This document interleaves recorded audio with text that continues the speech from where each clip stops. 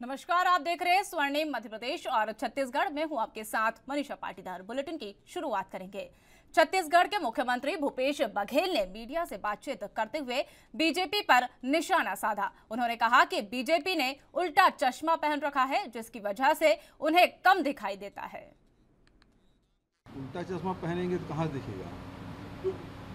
हाँ, जो किसान हैं, आदिवासी हैं, जो वन लघु उपज संग्राहक हैं, वहाँ के व्यापारी हैं,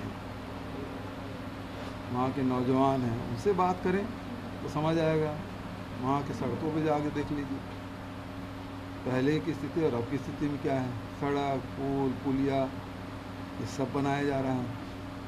वहाँ पपीता भी उत्पादन हो रहा है, काफ़ी भी उत्पादन हो रहा है, सब्जियां भी लोग उत्पादन कर रहे हैं, फसल का रकबा भी बढ़ा है। लघु उपज पूरे देश का 74% छत्तीसगढ़ में लगातार हम लोग खरीद रहे हैं। लघु उपज की कीमत भी बढ़ी है। मिलेट्स मिशन हमने शुरू किया, उसके माध्यम से कोदो कुट की रागी भी खरीदी, तो लोगों की आय बढ़ी है। रमन सिंह के राज में जितना बैंक निकला उससे ज़्यादा बैंक की मांग अब यहाँ है। जितना यहाँ विधायक आए थे सब लोगों ने वोट डाला, लेकिन दुर्भाग्य से हो नहीं पाया। और हम उम्मीद कर रहे थे कि हमको पूरे वोट मिलेंगे, लेकिन वोट मिल नहीं पाया। बोल रहा हूँ कि ये देश ऋषि मुनियों के देश है। प्रेम और भाईचारा का संदेश हमारे ऋषि मुनियों ने लगातार दिया है, उसको लेके आगे बढ़ने की है। मैं पहले ही बार बार बोला हूँ कि ये जो ध्रुवीकरण की जो राजनीति है, उससे भारतीय जनता पार्टी के जरूर लाभ हो रहा है, लेकिन इससे देश को नुकसान हो रहा है। और वही चीज़ आगे बढ़ के ये बातें आई और उसके कारण से ये उसका रिएक्शन हो रहा है। मैं नहीं समझता ये उचित है। हिंसा किसी भी स्थिति में उचित नहीं माना जा सकता, और इससे प्रधानमंत्री जी को देश के सामने आके बात करना चाहिए, स्थिति स्पष्ट करना चाहिए। न केवल राष्ट्रीय स्तर पर बल्कि वैश्विक स्तर पर भी इसकी प्रतिक्रिया हुई है। तो प्रधानमंत्री जी चुप्पी तोड़े और इस मामले में उनका बयान आना चाहिए। मैं समझता हूँ कि इस हालात बिगड़ने देने के बजाय। प्रदेश के मुख्यमंत्री शिवराज सिंह चौहान कान्हा के बिरसा हवाई पट्टी में कान्हा पहुंचे। मिली जानकारी के अनुसार मुख्यमंत्री सह परिवार कान्हा पहुंचे। वे रात्रि में ताज होटल में विश्राम करेंगे। मुख्यमंत्री ने कान्हा की सफारी के लिए मुक्का गेट से पार्क में प्रवेश किया, जहां बाघ का दीदार किया। उनके साथ कान्हा नेशनल पार्क के फील्ड डायरेक्टर SK सिंह मौजूद रहे। वहीं मुख्यमंत्री की आने की खबर लगते ही प्रशासनिक अमले तैयारियों में जुट गए हैं। आपको बता दें कि सुरक्षा के कारणों का भारी मात्रा में पुलिस बल भी तैनात किया गया।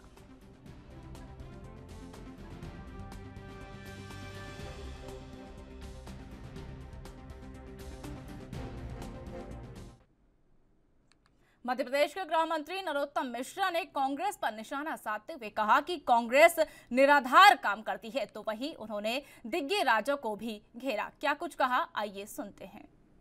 आपने तो दो ही उल्लेख किया है, आपको अभी करना था देवास का उल्लेख कि देवास के अंदर वहां के जो मूल पदाधिकारी थे अनुशासन समिति के, वो चले गए। कमलनाथ जी के बाहर धरना है। ग्वालियर में विधायक और जिला अध्यक्ष दोनों ने बगावत कर दी। बुरहानपुर में भी इस्तीफे की झड़ी लगी हुई है। रतलाम में टिकट का फैसला नहीं हो पा रहा पिता पुत्र की वजह से। तो पूरी की पूरी कांग्रेस अब विघटन और बिखरने के कगार पे है। क्षण वो कौन सा होगा, प्रतीक्षा हमको भी। दिग्विजय सिंह जी का ट्वीट देखो तो जवाब मिलेगा। भाजपा का भी जवाब उसी में और कांग्रेस का भी जवाब उसी में। उन्होंने ट्वीट किया कि जो जितने भी टिकट बटे हैं वो मेरे और कमलनाथ जी के, मतलब वहां दो लोग टिकट बांटते हैं। हमारे यहाँ पार्टी है, हमारे यहाँ पार्टी परिवार की तरह चलती है। परस्पर संवाद होता है और बैठकों का दौर लगातार चलता है, चिंतन होता है, मंथन होता है। वसुधैव कुटुंबकम के सिद्धांत को प्रतिपादित करने वाली पार्टी का नाम भारतीय जनता पार्टी है।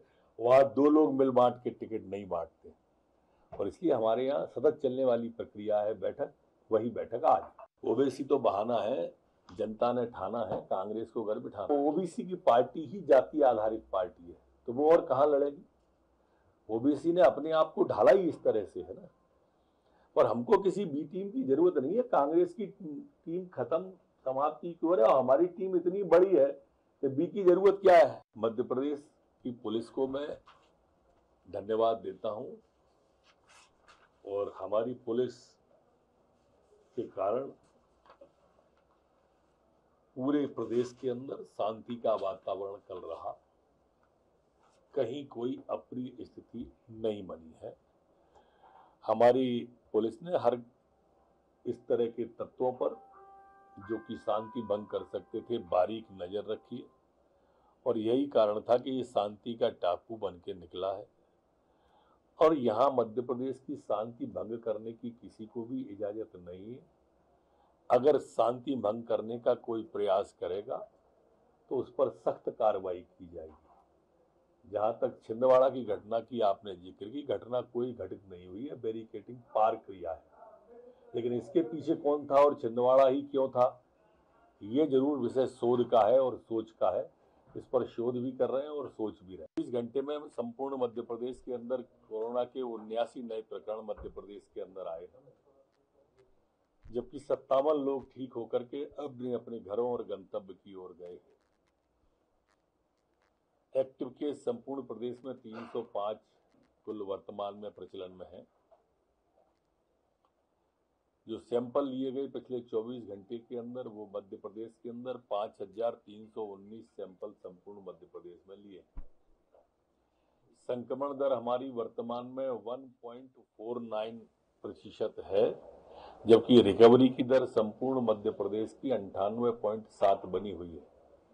पिछले 24 घंटे में कोई पुलिसकर्मी संक्रमित नहीं हुआ है। वर्तमान में एक पुलिसकर्मी संक्रमित प्रचलन में है। वैक्सीनेशन जो पिछले 24 घंटे में मध्य प्रदेश में हुआ वो 35,010 लोगों को वैक्सीनेशन हुआ है। अभी तक जो कुल वैक्सीनेशन हुआ है वो 11,95,29,789 लोगों को अभी तक वैक्सीन। अपने बयानों को लेकर सुर्खियों में रहने वाली भारतीय जनता पार्टी की सांसद साध्वी प्रज्ञा सिंह ठाकुर एक बार फिर चर्चा में हैं। उन्होंने कहा कि बीजेपी से निलंबित नुपुर शर्मा के समर्थन में उन्होंने बयान दिया है। साध्वी प्रज्ञा सिंह ठाकुर ने कहा कि सच कहना अगर बगावत है तो समझो हम भी भागी है। साध्वी प्रज्ञा ठाकुर ने ट्वीट कर कहा कि सच कहना अगर बगावत है तो समझो हम भी भागी है। जय सनातन, जय हिंदुत्व। मैं शायद इस नाम से बदनाम हूँ कि मैं सत्य बोलती हूँ, चाहे कहीं भी हो, चाहे कुछ भी हो। और ये भी एक सत्य है कि वहाँ शिव मंदिर था और है, रहेगा। उसको फव्वारा कहना गलत है।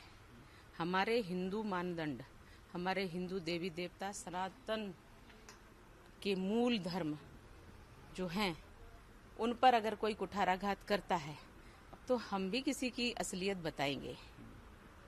और हमारी असलियत तुम बता दो, हमें स्वीकार है, लेकिन तुम्हारी असलियत हम बता रहे हैं तो क्यों तकलीफ है? इसका मतलब कहीं ना कहीं इतिहास गंदा है। इति शुभम। तो नुपुर को जो धमकी मिल रही है उस पर आप क्या कहेंगे? जो धमकी नुपुर को मिल रही है, एक देखो, महिला है, हमेशा ये विधर्मियों ने ऐसा किया है। कमलेश तिवारी ने अगर कुछ कहा उसमें इनको पीड़ा ही उसका कत्ल कर दिया, काट दिया उसको। अगर कोई और कहेगा तो धमकी। हमारे देवी देवताओं को ये फिल्म बनाते हैं, डायरेक्शन देते हैं, उसको डायरेक्ट करते हैं, इसको प्रोड्यूस करते हैं और फिल्म बनाते हैं और गालियां देते हैं। आज से नहीं, पूरा कम्युनिस्ट इतिहास है इनका। और पूरी तरह से ये लोग विधर्मी अपनी मानसिकता को प्रस्तुत करते हैं। ये भारत है, ये हिंदुओं का है और ये भारत है, यहाँ सनातन जिंदा रहेगा और रखना हम लोगों की जिम्मेदारी। और मध्य प्रदेश के मुख्यमंत्री शिवराज सिंह चौहान के साथ सदगुरु जग्गी वासुदेव ने भोपाल में अटल बिहारी वाजपेयी सुशासन संस्थान में पौधारोपण किया और मिट्टी बचाओ अभियान के लिए दोनों ने ज्ञापन पर हस्ताक्षर किए। इस दौरान सीएम शिवराज सिंह चौहान ने कहा कि ये अभियान जनता के लिए जागरूक करेगा और सदगुरु के संदेश के माध्यम से प्रदेश में फैलाएगी। आज सदगुरु के साथ वृक्षारोपण किया और जन अभियान परिषद ने ईसा आउटरीच के साथ MOU साइन किया है मिट्टी बचाने के लिए। जन अभियान परिषद सेव सॉइल अभियान के तहत जन जागरण का काम भी करेगी और सदगुरु के संदेश को मध्य प्रदेश के हर ब्लॉक हर गांव तक ले जाएगी। और जो रोड मैप ईसा आउटरीच और मध्य प्रदेश सरकार मिलकर बनाएंगे, उस रोड मैप पर काम करके उसको जमीन पर क्रियान्वित करने का काम जन अभियान परिषद, ईसा फाउंडेशन, ईसा आउटरीच के साथ मिलकर करेगी। मध्य प्रदेश में आरोप प्रत्यारोप की राजनीति तेज हो गई है। कांग्रेस के पूर्व अध्यक्ष अरुण यादव ने ग्वालियर के बीजेपी अध्यक्ष कमल माखीजानी का शराब पीते हुए वीडियो वायरल कर दिया। साथ ही उन्होंने कहा कि बीजेपी का असली चेहरा और चरित्र यही है। तो वहीं इस मुद्दे पर बीजेपी नेता ज्योतिरादित्य सिंधिया ने बीच बचाव किया और कहा कि मैंने ये वीडियो नहीं देखा, मुझे इस मामले की जानकारी नहीं थी। देखा नहीं है, लेकिन कांग्रेस की आदत यही है कि केवल ट्वीट करती रहती है और उसी का एक और उदाहरण आप एमपी के सतना में लोगों को पानी की किल्लत का सामना करना पड़ता है। आपको बता दें कि प्रदर्शन करने गए लोगों ने अधिकारियों को नानी याद दिला दी। वहीं ऐसी वीडियो जो कि आदिवासी प्रदर्शन का एक अनोखा अंदाज इस रिपोर्ट में आप देख सकते हैं।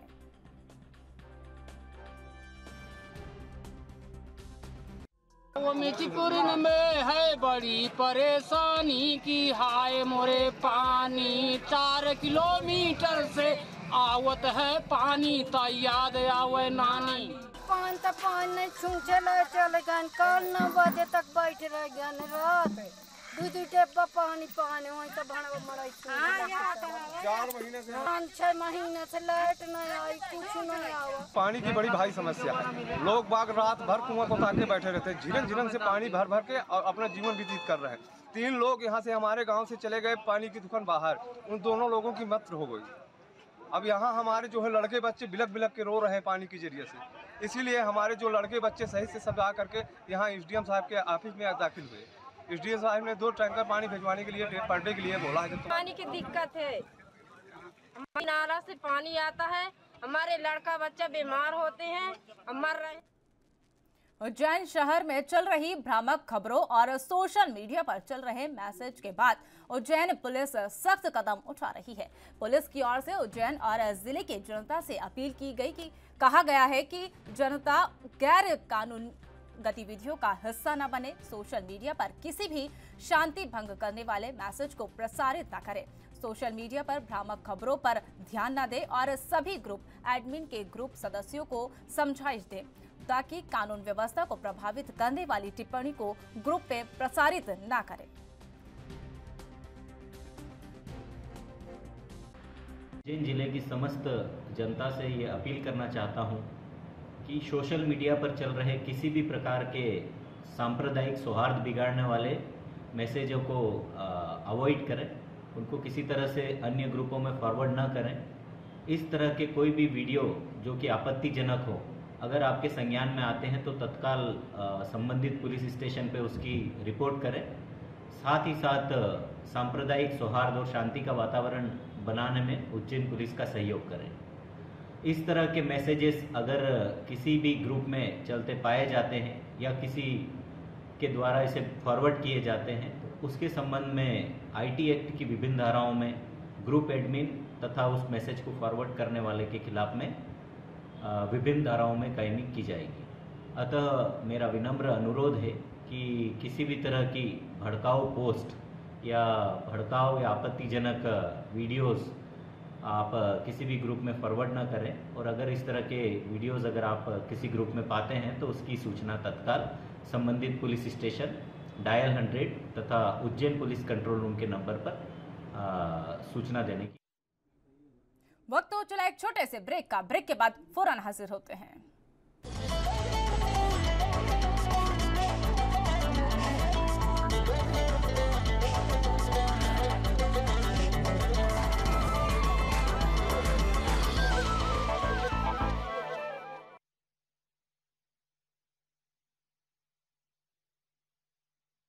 ब्रेक के बाद एक बार फिर आपका स्वागत है। रुक करते हैं अन्य खबरों की ओर। मामला भिंड जिले के उमरी थाना क्षेत्र का है, जहां आगामी पंचायत चुनाव को लेकर एसपी शैलेंद्र सिंह चौहान के निर्देश में डीएसपी हेडक्वार्टर अरविंद शाह के मार्गदर्शन में उमरी थाना प्रभारी विनय सिंह तोमर ने पुलिस बल के साथ उमरी टोल पर सघन चेकिंग पॉइंट लगाते हुए एक 4 व्हीलर गाड़ी को चेक किया तो उसमें एक बंदूक पाई गई।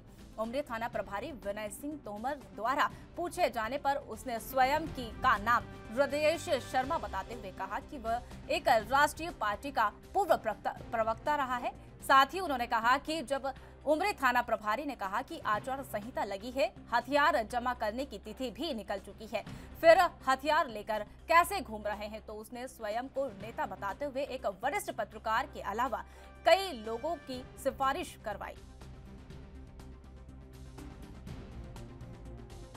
वाहन चेकिंग के दौरान टोल प्लाजा पर चेकिंग पुलिस द्वारा लगाई गई थी। उसी दौरान एक व्यक्ति 12 बोर की बंदूक लेके घूम रहा था, अपने वाहन में रखे हुआ था।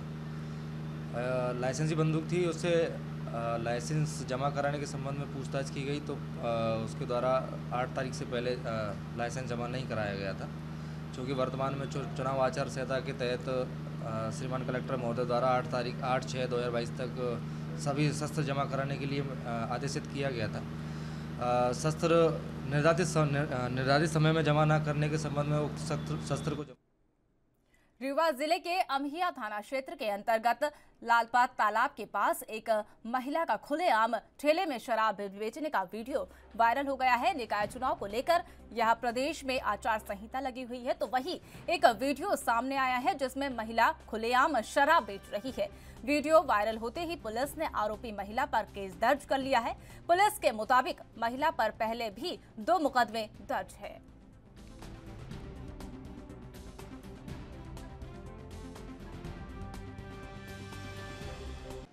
हाँ, ये एक वीडियो वायरल हुआ जिसकी जानकारी लगी है। थाना प्रभारी द्वारा बताया गया कि ये महिला है और इसके विरुद्ध पूर्व में 2 अपराध पंजीबद्ध भी किए जा चुके हैं, इसके ऊपर और इसके पति के ऊपर। अभी पुलिस मौके पर पता तलाश कर रही है और वीडियो के सत्यता की जांच करके जो भी तथ्य आते हैं उसमें वैधानिक। केंद्रीय जेल में आयोजित 30 दिवसीय जन पुरोहित प्रशिक्षण शिविर का समापन हुआ। शिविर के दौरान अखिल विश्व गायत्री परिवार ने 100 बंदियों को दीक्षित किया। वहीं समापन अवसर पर उन्हें पुरोहित के प्रमाण पत्र के साथ गायत्री साहित्य भी प्रदान किया।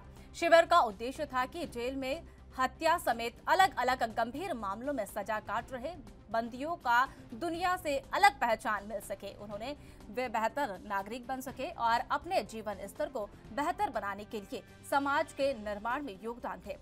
धार्मिक कर्मकांड, श्लोक और मंत्रोच्चारण की शिक्षा के साथ अब जब भी यह रिहा होंगे, अनुष्ठान और यज्ञ करवाकर अपना जीवन यापन कर सकेंगे।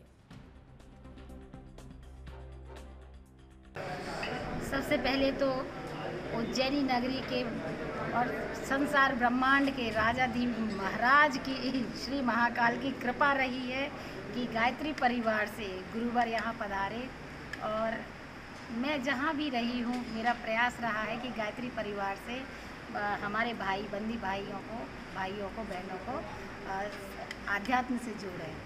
तो ये इनकी कृपा है, ईश्वरी कृपा कहनी चाहिए कि आप लोग आए और इन्होंने कहा कि दीदी हम लोग यहाँ जन पुरोहित का कार्यक्रम प्रशिक्षण देना चाहेंगे।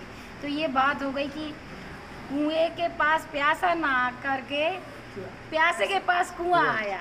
ये भगवती की महाकाल की कृपा है और इन्होंने बखूबी 1 माह का सफल आध्यात्म प्रशिक्षण जो दिया है जन पुरोहित का, इससे हमारी जेल का जो मैंने परिवर्तन देखा है, थोड़ी बहुत कहीं ना कहीं तेज़ आवाज़ भी आ जाती थी, बंदी दुखी हो जाते थे, लेकिन जिस दिन से ये कार्यक्रम चालू हुआ है पूजन पाठ का, आध्यात्म का, उस दिन से जेल में एकदम शांति है। और बंदियों का भी कहना ये है, मेरी सोच भी यही है कि ये यहाँ से रिहा होके ससम्मान अपने परिवार में, समाज में जाए और खुद तो सुधर। मंदसौर जिला कलेक्टर गौतम सिंह के नाम और नंबर से व्हाट्सएप से चैटिंग कर शासकीय अधिकारियों से 25,000 रुपए की ठगी करने की कोशिश की गई। साइबर द्वारा ऐसे मामले आए दिन होते रहते हैं। ऐसे में एक मामला मंदसौर जिला कलेक्टर से ठगी करने का सामने आया है, जहां कलेक्टर गौतम सिंह के नाम से बनी प्रोफाइल वाले नंबर और व्हाट्सएप चैटिंग कर 25,000 की मांग की जा रही थी। इस मामले में कलेक्टर गौतम सिंह ने एसपी को पत्र लिखकर कार्रवाई की मांग की है। हालांकि कोई ठगी का शिकार नहीं हुआ है।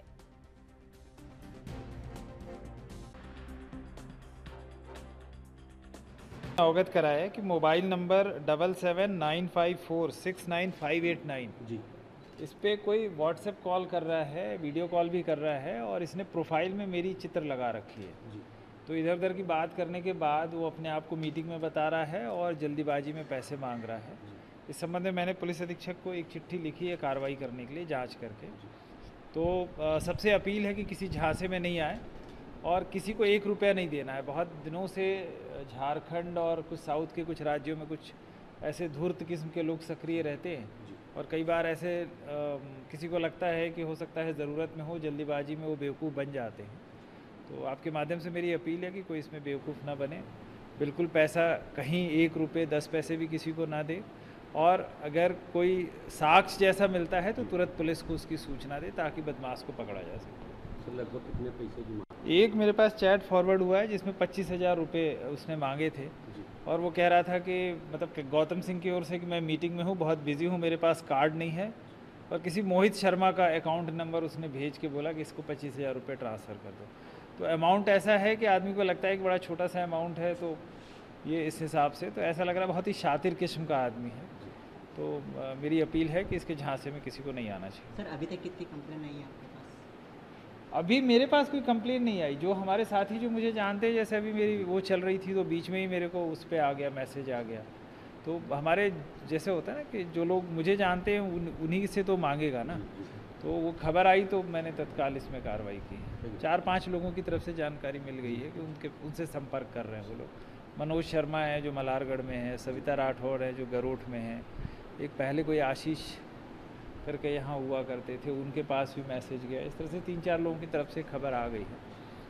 मैंने अभी मीटिंग में भी सबको बता दिया है। और अपने नगरपालिका चुनाव में हो रही टिकट की मारामारी को लेकर देवास के एक युवा पार्षद ने पद के लिए भगवान खेड़ापति हनुमान को आवेदन दिया। उन्होंने भगवान खेड़ापति हनुमान के चरणों में आवेदन रखने के बाद राजनीतिक दलों के कार्यालय और विधायक निवास पर आवेदन देने की बात कही है। दरअसल देवास से आई ये अनूठी तस्वीर जरूर बता रही है कि राजनीतिक दलों में आवेदक टिकट पाने की चाह में किस प्रकार अपने आकाओं को प्रति श्रद्धा तो दिखा रहे हैं, लेकिन भगवान से भी टिकट मांगने का अवसर नहीं छोड़ रहे हैं।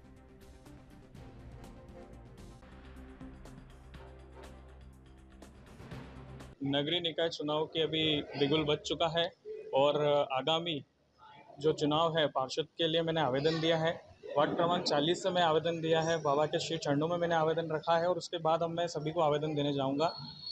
आप में कैसे ऐसा मन में विचार आया, क्योंकि लोग तो सबसे पहले राजनीतिक आका के पास जा रहे हैं और 485 से ज़्यादा आवेदन भाजपा कार्यालय पर पहुँच चुके हैं? सर्वप्रथम मैं कोई भी कार्य करता हूँ तो मेरे जो आराध्य हैं बाबा श्री खेड़ापति सरकार के चरणों में मैं माथा टेक कर अपना जो भी अर्जी रहती है वो उन्हें पहले बताता हूँ कि मैं ये करने चाह रहा हूँ और उसके बाद वो मेरा निश्चित ही पूर्ण होता है। जो भी कार्य अगर मैं बाबा के श्री चरणों में करता हूँ तो वो कार्य पूर्ण होता है। आपके वार्ड की भी बात की जाए तो काफ़ी उम्मीदवार हैं, आपको क्या लगता है? आप काफ़ी युवा भी हैं और किस आधार पर जो है दावेदारी आप कर रहे हैं? मैं भारतीय जनता पार्टी का पूर्व में कार्यकर्ता हूं और अभी भी कार्य करता हूं, पर मेरे पास कुछ दायित्व भी थे भारतीय जनता पार्टी के पूर्व में।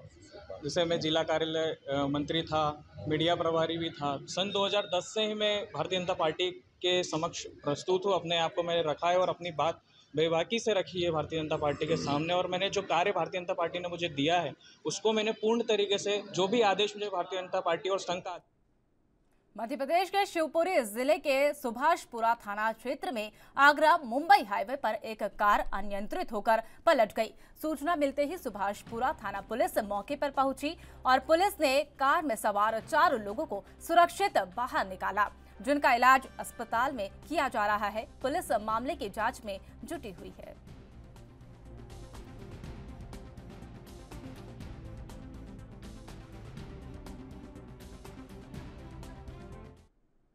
पुलिस रिकॉर्ड के मुताबिक प्रदेश के हर दिन 21 बच्चियों को किडनैप किया जा रहा है।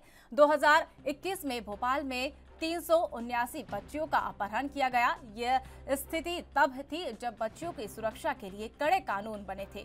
तो वहीं प्रदेश में पिछले साल 7,686 बालिकाओं के लापता होने का अपहरण का मामला भी दर्ज किया गया। इससे सबसे अधिक 655 मामले इंदौर के थे। 2020 में इंदौर से 424 और भोपाल में 279 बालिकाएं किडनैप हुई थी। इन बच्चियों को अपहरण कर राजस्थान और महाराष्ट्र में बेच दिया जाता है।